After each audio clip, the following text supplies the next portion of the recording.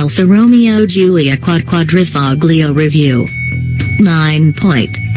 Introduction. Few car makers inspire such unwavering loyalty and enthusiasm from those who purchase their products as Alfa Romeo, and fewer have been so guilty of taking such passion for granted in the recent past. In the 25 years since the last rear-wheel drive Alfa Saloon, the 75, ceased production, we've seen Italy's once world-leading automotive power underinvest and neglect the true sporting values of its brand, and watched as the company's fortunes have declined. Turin gave us a procession of relatively plain-handling front-wheel drive cars, such as the 156, 147, 159 and Bura, while its German rivals began to fully capitalize on the dynamic advantages of a rear-wheel drive layout. Now for the brave new dawn.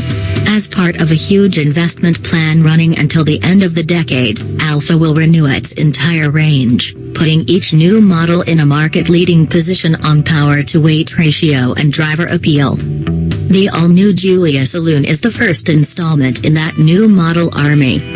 Based on Alfa's new rear-drive Giorgio architecture and coming to market with advanced drivetrain and suspension technologies and lighter-weight construction, the Giulia is a proper Alfa Romeo by anyone's definition.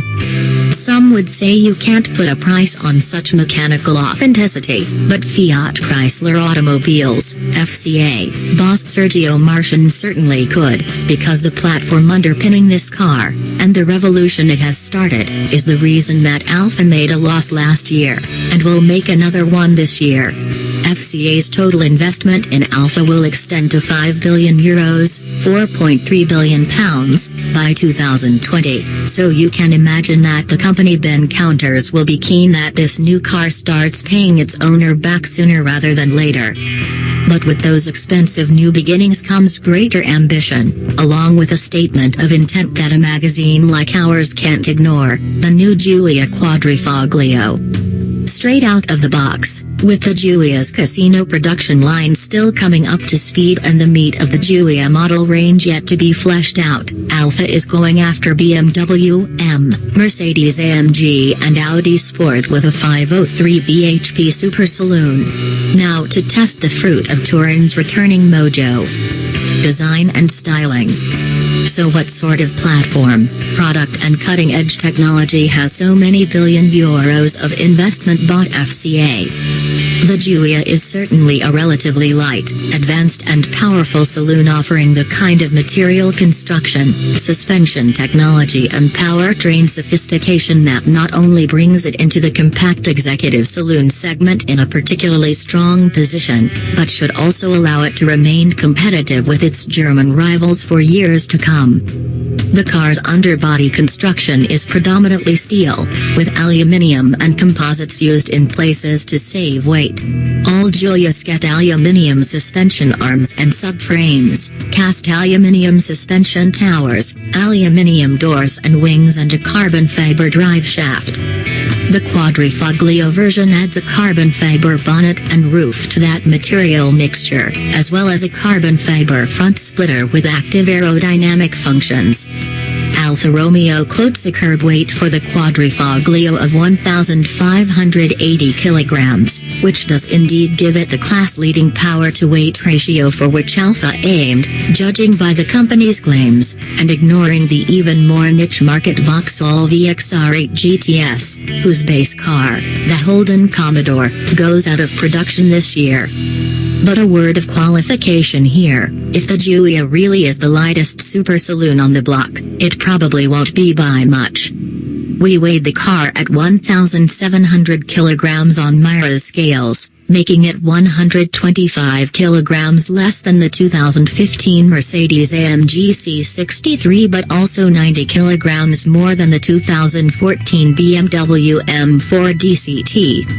Holding up the other end of the Alfa's 318 bhp per ton figure is a twin-turbocharged V6 which makes 503 bhp at 6,500 revolutions per minute and 443 pounds-foot from 2,500 to 5,000 revolutions per minute. Alfa's engineers describe the all-aluminium unit as being inspired by Ferrari's 3.9-liter twin-turbo V8. The fact that the motors share identical, and slightly over square, cylinder bore and stroke measurements, an identical 90° bank angle, very similar compression ratios and turbochargers supplied by IHU would all suggest the relationship is closer than they're letting on. Other features include adaptive dampers, a torque vectoring rear differential working through a pair of clutches that can send 100% of drive to either rear wheel, double wishbone front suspension, a weight-saving by-wire electromechanical braking system and a new Magneti Marelli central electronic chassis management computer, the function of which is to make the car's various secondary electronics work in harmony.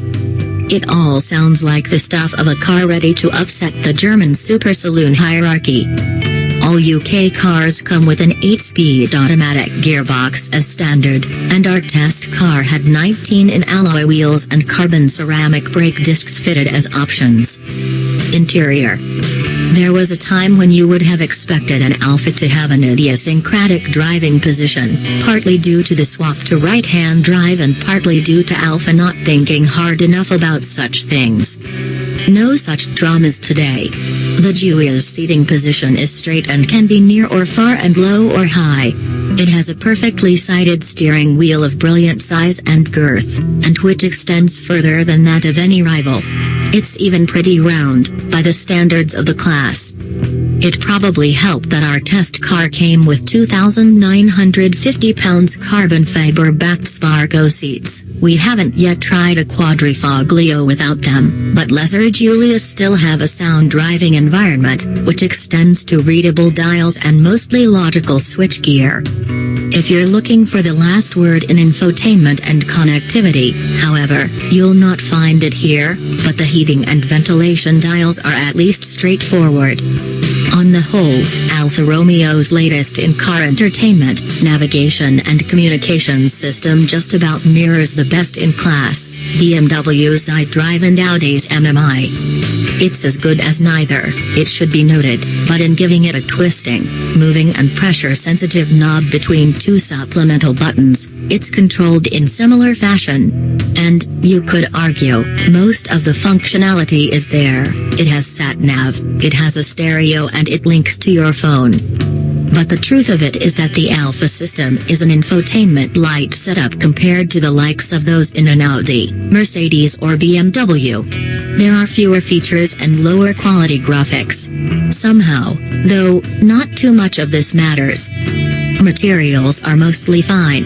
There's carbon fiber in here that looks and feels like the real deal, with quality leather and stitching, but there are some retrograde plastics masquerading as metals, too, which gives the air of an interior from half a decade ago if you're comparing it to the latest German solidity. A cliched finding, perhaps, but still true. Rear accommodation is fine.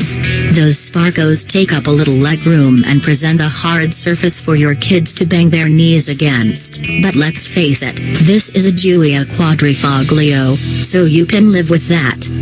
Likewise, although we'd rather not have to, the fact that the rear seats can't be folded on this version and that the boot's opening is small and its cavity constricted. On the Quadrifoglio, all these things are forgivable. On lesser Giulias they wouldn't be. Performance.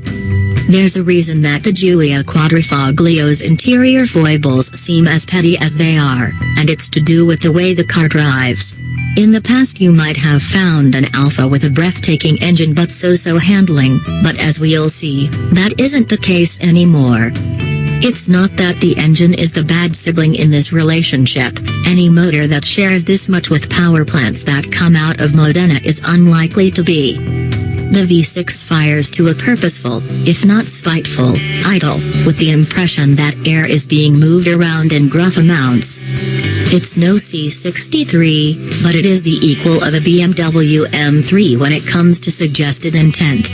Ditto when you pull away, particularly if you twist the DNA drive mode selector to D, for dynamic, which increases the exhaust woof, sharpens the throttle response and affects which gear the transmission opts to put itself in. On part throttle, mind. There's an occasional hesitancy, sometimes it gives you more than you ask, sometimes less, but it's very slight and only just enough to prick your consciousness. The 8-speed auto's movements are nicely matched, although at anything more than a gentle cruise we found we wanted to take charge ourselves via the column-mounted shift paddles. Do so and the Alfa fairly flies. In perfect conditions and on new tires it will hit 60 miles per hour from rest in under 4 seconds, but as a two-way average, with 2 people aboard and fully fueled, there's nothing wrong with the 4.5 seconds the car returned in our hands. Turbo lag becomes negligible once you have 3,000 revolutions per minute or so wound on, and the V6 runs to a soulful 7,300 revolutions per minute, with a noise that's smoother than that of an AMG V8 but is more involving than an M3's. Its gearbox operates with greater smoothness than that in either the AMG, which has a clutch instead of a torque converter, or the M3, which uses a dual-clutch automatic. The Giulia mooches through gears with the ease of a tight torque converter auto, and is arguably better for it. The Giulia stops well, too, even on worn P0 courses and in the wet, although brake pedal feel as you come to a halt could be improved. Initial feel is good, as is retardation, but often after you stop you have to adjust pedal pressure to prevent the Giulia creeping forwards. Ride and handling. Here's what surprised us most about the Giulia: it's a sensational car dynamically, and if you'd spent any time around Alfa Romeos during the past decade, you simply wouldn't have seen this coming. For a start it rides well. Not in a lolloping, loping way, nor in a keyed down, brittle way, but with a blend of impeccable body control and a deft ride that is the equal of anything in the class. There's multi-state control for the adaptive dampers, so as you put the engine into angry mode you can still pop the suspension back to a softer setting, and you'd probably want to on most British roads. On a good smooth surface the Giulia is fine in its firmest mode, while on broken surfaces it's ideally planted in its softer mode. If anything, its ride and handling blend feels most like that of a sporting Jaguar, which we mean entirely as a compliment, so it is set up beautifully for British roads. The steering suits our roads too. It's quick to steer, at 2.25 turns between locks, but there's no hint of nervousness, and although there are more feelsome racks in the sports car world, the Alfa's thin, firm rim means that its messages filter through to the driver better than they do in almost any of the competition. The Giulia is pleasingly balanced, too. Thanks to a very even weight distribution it resists overloading its front tires, while the rears can be exploited by the car's ample power. In good conditions there's a lot of traction, in poor conditions very obviously less so. But all the time the Giulia Quadrifoglio is a car of rare poise and ability. A Mercedes AMG is harder, a BMW less composed overall, and you can forget everything else in the class when it comes to running the Alfa close. The Giulia is a peachy car to drive in the dry. You can trail the brakes to keep the nose planted on the way into a corner if you like, but it's agile enough to resist understeer unless you turn in wildly too fast. Once turned it's always pleasingly balanced. Eventually it'll hook up the clutches by the rear differential and fall into a massively adjustable slide, but how much it slides is really up to you. It doesn't hook up as cleanly as it would with a conventional limited slip differential, but it's more refined than one, more of the time. And it's precise with it, not a hoon machine like a C63. In the wet it's a rather different matter. The Alfa, thanks in large part to its tires, tram lines and aquaplanes rather a lot under acceleration.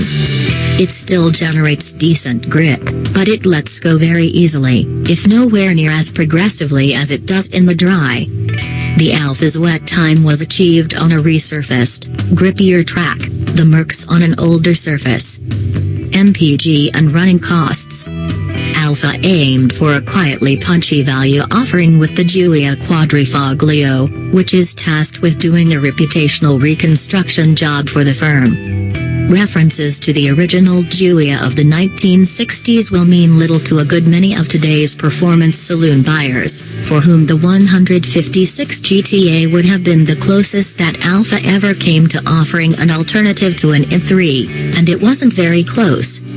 So it's wise for Alfa UK to have chosen to undercut not only the pricey C63S but also the equivalent M3 competition.